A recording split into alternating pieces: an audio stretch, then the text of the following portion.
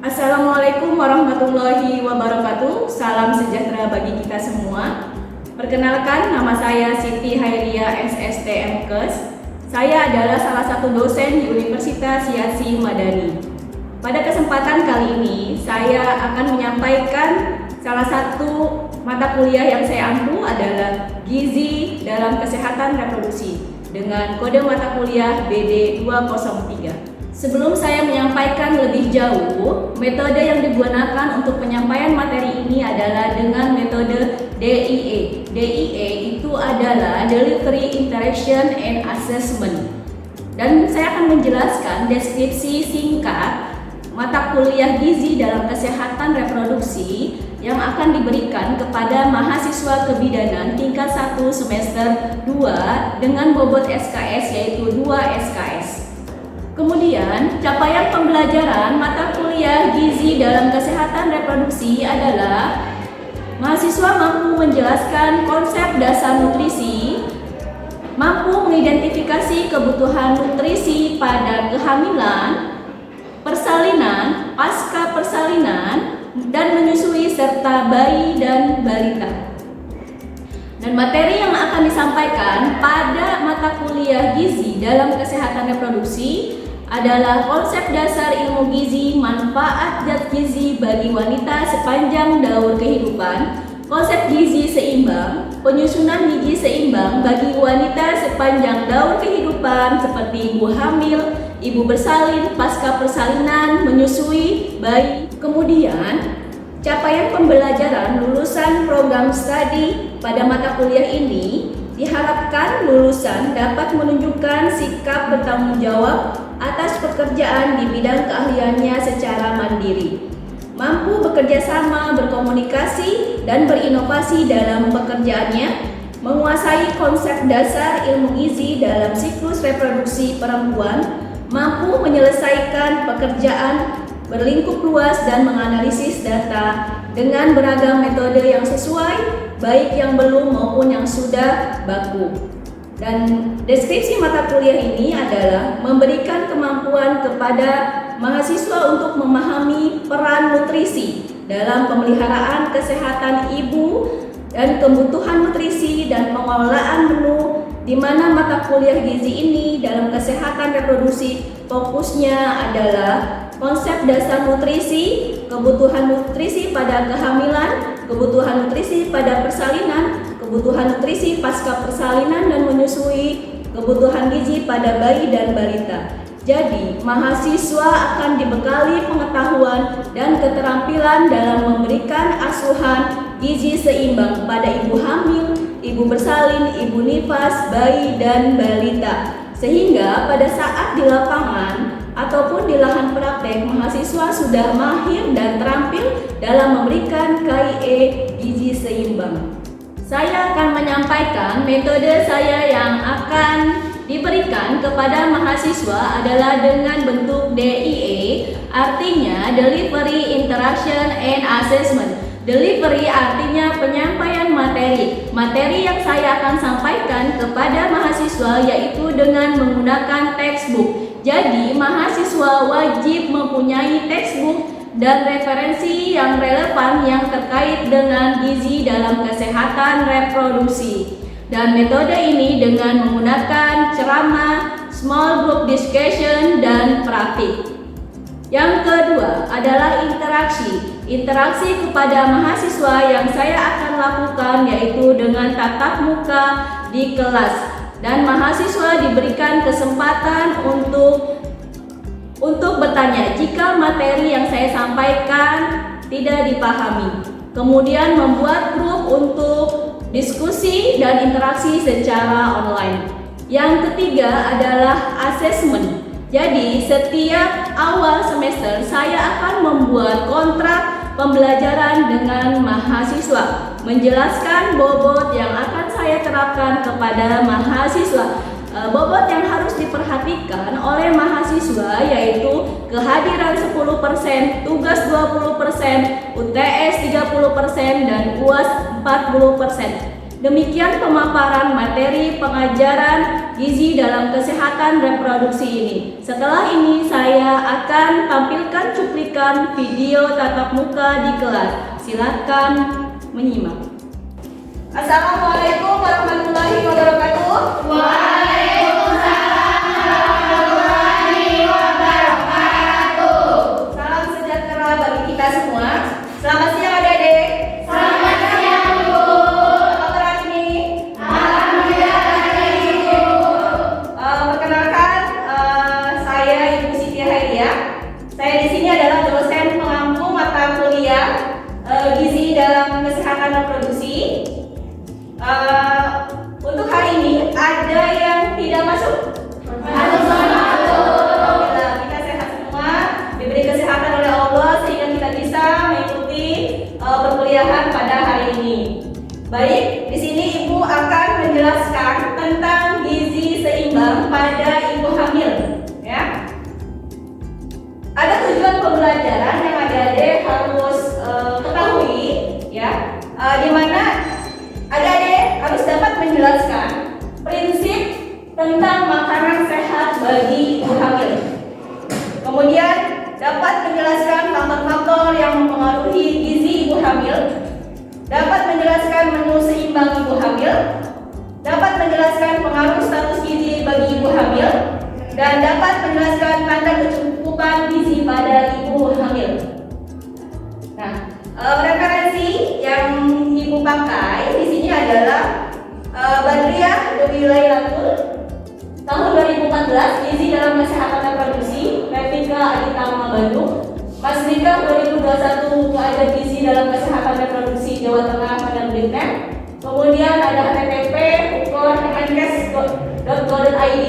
Kemudian dari Hakimi dan kawan-kawan tentang gizi kesehatan dalam masa reproduksi Rismedia Pustaka. Jadi adik-adik bisa melihat ya referensi-referensi lainnya di perpustakaan ya terkait dengan gizi dalam kesehatan reproduksi ya, khususnya gizi pada ibu hamil.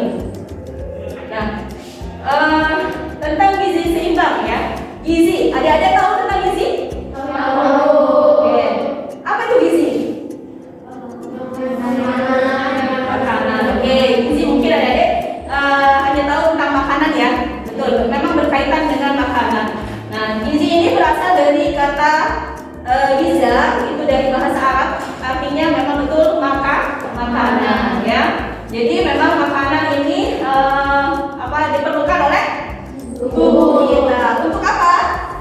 Untuk menjaga kesehatan ya, khususnya untuk pertumbuhan dan perkembangan ya. Perkembangan. Dan kalau ibu hamil berarti perkembangan ya. Janin. Nah, makanan ibu hamil harus sesuai dengan kebutuhan, yaitu makanan yang seimbang dengan perkembangan masa kehamilan. Ya, biasanya kita makan sehari berapa kali? 3 kali. Kalau ibu hamil bisa 4, bisa 5, ya.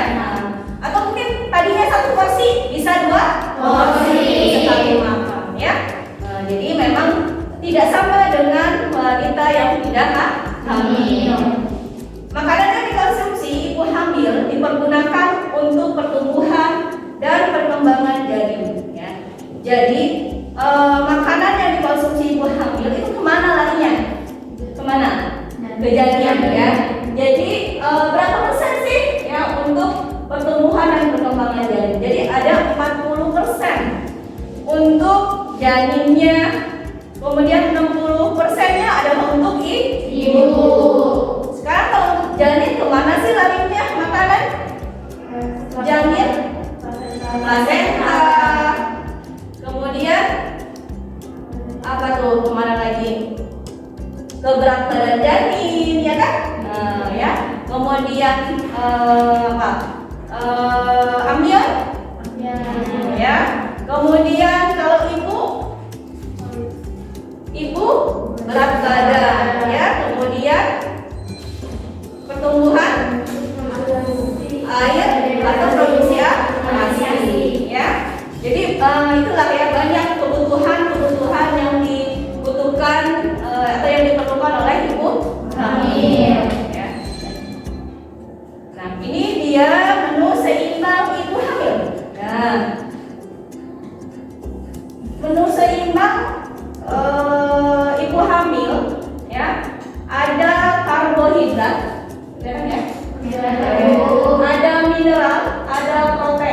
ada lemak, ada vitamin, ya. Jadi ini adalah menu seimbang ibu hamil, ya. Dari di karbohidrat. Karbohidrat ini selain mungkin ada tahu ya karbohidrat isinya apa? Apa? Nasi. Ya, selain nasi ada lagi kentang, ubi, singkong, jagung, gandum, ya. Itu termasuk karbohidrat. Jadi kalau nggak makan nasi, kalau cuma makan ubi bisa ya? Bisa. Ada karbohidratnya, ya. Oke, kemudian protein. Protein ini terbagi menjadi nabati dan hewani. Protein hewani itu terdiri dari daging, telur, daging ayam, ya. Itu protein hewani. Kalau protein nabati kacang-kacangan, ya, itu protein nabati. Ada vitamin dari sayur-sayuran, ya, sayur apa saja, ya, yang penting sayur dan buah-buahan adalah isinya vitamin. Lemak dari mana? Dari susu, atau mungkin biasanya makanan itu kayak ikan gitu ya, nah, suka ada lemaknya, ya, atau daging-daging suka ada lemaknya, ya. Mineral air. Kebutuhan air pada ibu hamil biasanya minum harus berapa gelas sehari? 8. Ada 10, ya. Iya, 10 gelas, ya, per hari. Memang sih di situ 8 sampai 10 ada, ya.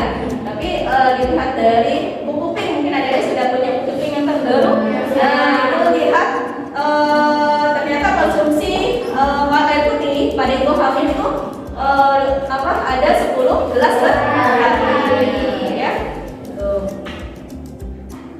Nah, hal yang perlu diperhatikan ibu hamil dalam mengatur menu makanan selama hamil yaitu menghindari mengkonsumsi makanan yang kaleng. Nah, berarti yang kaleng itu yang punya pengawet, ya.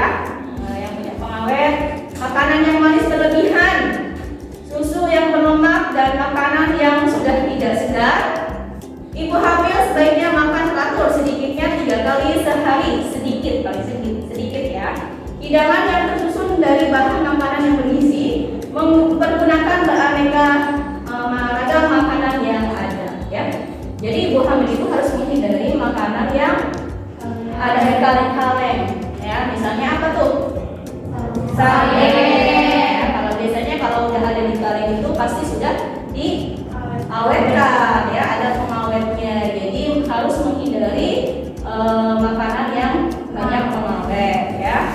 Makanan yang manis boleh nggak? Ya, boleh, tapi tidak berlebihan. Kenapa tidak boleh berlebihan? Karena bisa menyebabkan diabetes mellitus, ya. Berarti gulanya tinggi. Kalau gulanya tinggi bisa mengakibatkan bayinya besar, ya. Bayinya besar, ya. Kalau udah bayinya besar, ya, berarti tidak sesuai dengan usia kehamilan, ya, gitu. Sesuai dengan usia kehamilan, tetapi mungkin tinggi fulgusnya melebihi, ya, tidak sesuai dengan pedoman atau panduannya, ya, gitu. Nah, kalau misalnya sudah besar, bayinya besar, bisa keluar nggak? Tidak bisa, ya. Kalau tidak bisa, bayi besar. Kalau bayi besar itu berarti beratnya lebih dari 4.000 gram, ya. Nah, kalau misalnya memang tidak bisa dilahirkan secara normal, pasti akan dilahirkan secara sehat, ya. Sebaiknya tidak lebih dari 4.000, ya, atau 4.000 gram, gitu, ya. Berat badan lahir normal berapa? 2.500. Ya, pintar, ya. 2.500 sampai 4.000 gram. Oke, susu berlemak, makanan yang sudah tidak segar juga tidak boleh, ya, harus dihindari. Jadi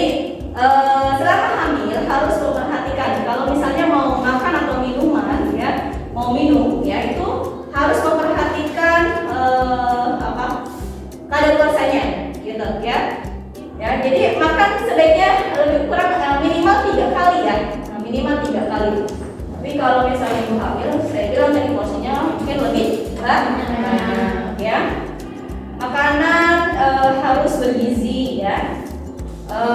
Kemudian keanekaragaman yang di ini makanan itu harus ada ya.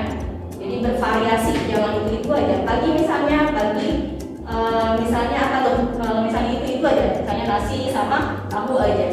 Siangnya makan nasi tahu juga. Ya, kalau malam nasi tahu juga ya. Jadi jangan seperti itu. Jadi harus bervariasi ya. Jadi makanan harus bervariasi. Ini pengaruh status gizi bagi ibu hamil ya. Status gizi pada ibu hamil pada waktu pertumbuhan selama hamil dapat mempengaruhi pertumbuhan dan perkembangan janin. Nah, ini rata-rata kenaikan berat badan selama hamil ya. Saya dapat referensinya dari yang tadi tuh ya 12 sampai 14 kilo. Tapi nanti mungkin adik-adik bisa lihat lagi referensi lain, mungkin ada kenaikan berat badan 6,5 sampai 12 kilo ya, tergantung nanti adik-adik yang memakai referensi siapa ya. Nah, ini status gizi ya untuk pertumbuhan pada saat kehamilan ya. Status gizi baik ya pasti akan pertumbuhan dan perkembangan janin juga pasti baik. Tapi kalau status gizinya buruk pasti akan berpengaruh ya. Entah perkembangan dan pertumbuhannya pasti akan terganggu. Entah pertumbuhannya dia mungkin pas lahir ya, mungkin pas dilihat nih perkembangan selama bayi ternyata ada stunting misalnya seperti itu kan pertumbuhan ya. Kalau perkembangan mungkin dari bicaranya ya, perkembangan apa lagi selain bicara, perkembangan jalannya ya, geraknya, motoriknya ya, motorik kasar, motorik halusnya ya, itu pasti akan berpengaruh ya. Jadi ditentukan oleh status gizi ibu hamil ya, baik atau tidak baik ya. Nah ya, jadi itu ya yang bisa saya sampaikan. Oke, mungkin tadi tambahan ya. Di dalam gizi ibu hamil mungkin adik-adik pernah dengar ada isi piringku ya, isi piringku itu ya, itu memang ada tuh dijelaskan juga di buku KIA yang pink ya. Itu ada fotonya di mana ada nasi, kemudian ada tahu, ada tempe, ada ikan, ada sayuran gitu ya. Nah, itu ada telurnya juga gitu. Nah, kemudian ditambah air putih. Nah, tetapi sebelum makan, sesudah makan harus cuci tangan ya. Tuh, itu diisi piringku. Nah, isi piringku itu adalah sekali makan ya. Jadi kalau makan pagi seperti itu, ini makan siang, makan sore, itu juga harus berbeda, harus beraneka ragam ya, itu ya. Jadi kenapa harus ada mencuci tangan sebelum makan, kita harus sesudah makan ya. Itu termasuk perilaku hidup bersih dan sehat, HBS-nya ya. Nah, selain itu harus aktivitas juga gitu, beraktivitas, misalnya olahraga. Kan ibu hamil itu suka ada senam hamil, ada apa lagi, yoga, terus kemudian jalan pagi ya, itu termasuk aktivitas ya, sama makan makanan yang beraneka ragam ya. Tuh, itu tambahan ya. Ingat ya, di situ ada isi piringku, kemudian gizi seimbang ya, termasuk ada protein, karbo, mineral ya, vitamin ya, lemak ya. Oke, apa yang saya sudah jelaskan tadi semua dari awal sampai akhir ya. Mungkin adik-adik ada yang mau bertanya, silakan. Baik, perkenalkan nama saya Dewi menunjukkan ibu ya. Untuk ibu hamil, apakah ada makanan pantangan selain dari makanan beras dan bersantan? Terima kasih. Oke, terima kasih. Silakan dulu. Oke, selain bersantan sama gas, pantangan ada nggak pantangan selain itu? Ada? Ada? Ada yang kenapa? Yang penting tidak berlebihan. Selain itu ada pantangan tidak ya? Oke, baik, Ibu mencoba menjawab ya. Selain pantangan-pantangan yang tadi ya, ibu hamil itu setiap ibu hamil itu pasti ada alergi, ya, alergi makanan, ya. Nggak semua bisa dimakan oleh ibu hamil, ya. Misalnya saya alergi terhadap ikan tongkol, ya. Nah, berarti saya boleh nggak makan ikan tongkol? Boleh, ya. Berarti saya harus menghindari makanan ikan tongkol. Bisa makan yang lain nggak? Bisa. Ikan tongkol, ikan yang lain bisa selain ikan tongkol. Jadi berarti ibu hamil atau saya tidak boleh makan ikan tongkol karena alergi. Ya, seperti itu. Ada pertanyaan lagi? Cukup. Oh ya. Berarti sudah mengerti semua ya? Alhamdulillah ya. Kalau sudah mengerti semua, berarti nanti ibu akan simpulkan semuanya, ya. Baik, ibu mencoba menyimpulkan gizi pada ibu hamil itu sangatlah penting untuk pertumbuhan dan perkembangan janin karena pada kehamilan ini adalah termasuk periode emas, ya, atau disebut golden age, ya. Golden age ini selama 1000 hari pertama kehidupan, ya, di mana awal kehamilan sampai usia bayi 2 tahun. Oleh karena itu, kita sebagai tenaga kesehatan, khususnya bidan, perlu memperhatikan perkembangan ibu selama kehamilan, ya. Nah, zat gizi bisa dibagi menjadi 2, zat gizi mikro dan makro, ya. Nah, ini kalau mikro itu mungkin dari vitamin, ya, protein, ya, mineral, ya. Kemudian kalau makro itu adalah dari karbohidrat dan lemak, ya. Oke. Gizi seimbang pada ibu hamil terdiri dari isi piringku, ya, yang tadi dijelaskan juga bahwa terdiri dari nasi, kemudian lauk pauk, ya, terdiri dari hewani dan nabati, sayuran, buah dan buah setiap kali makan, ya. Itu kesimpulan yang ibu bisa sampaikan. Oke, sekian dan terima kasih. Nanti ibu, ya, akan memberikan tugas ke adik-adik, ya, untuk pertemuan selanjutnya, ya. Itu nanti dibuat membuat 2 kelompok, ya, kelompok 1 dan 2, ya, untuk membuat menu yang akan diberikan pada ibu hamil, ya, selama 1 hari, ya, untuk sekali makan, ya. Jadi ada makan pagi, makan siang, pagi selingan, makan siang selingan, kemudian makan sore, ya. Oke, itu nanti dibuat 2 kelompok, ya. Nanti tugasnya adik-adik mempresentasikan, ya, mempresentasikan hasil kerja kelompok adik-adik. Siap, ya? Siap. Oke, terima kasih. Adik-adik sudah memperhatikan dari awal sampai akhir, ya.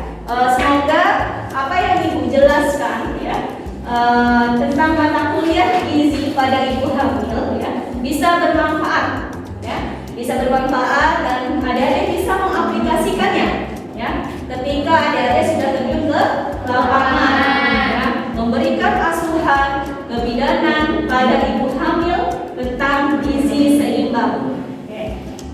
Terima kasih. Ibu ucapkan akhir kalam. Wabillahi taufiq wal hidayah. Wassalamualaikum warahmatullahi wabarakatuh. Waalaikumsalam warahmatullahi wabarakatuh. Demikian video pengajaran gizi dalam kesehatan reproduksi. Semoga bermanfaat bagi kita semua. Jangan lupa like and subscribe video ini. Akhir kata, wabillahi taufiq wal hidayah. Wassalamualaikum warahmatullahi wabarakatuh.